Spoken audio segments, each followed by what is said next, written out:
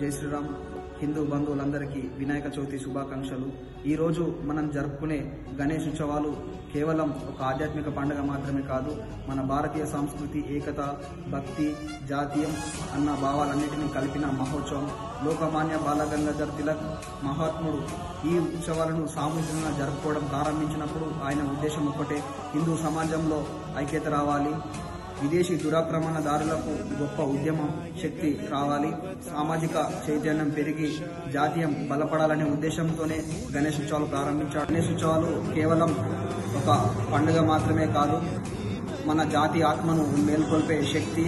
ఈరోజు మనందరం ఈ మహోన్నతమైన వేడుకలు జరుపుకుంటున్నామంటే మన పూర్వీకులు త్యాగాల ఫలితమే. ఈ సంస్కృతి సాంప్రదాయాలు మన ముందు తరానికి అందించాల్సిన బాధ్యత మనందరి చేతుల్లో ఉంది.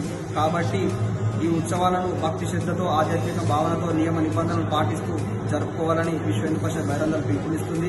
అదేవిధంగా ప్రతి ఒక్క హిందూ మనం కొనే పూజ సామాగ్రి మరియు పువ్వులు, పండ్లు, ఇతర వస్తువులు హిందువుల వద్దనే కొనాలని విశ్వ హిందూ పరిషత్ బైరందరూ పిలుపునిస్తుంది.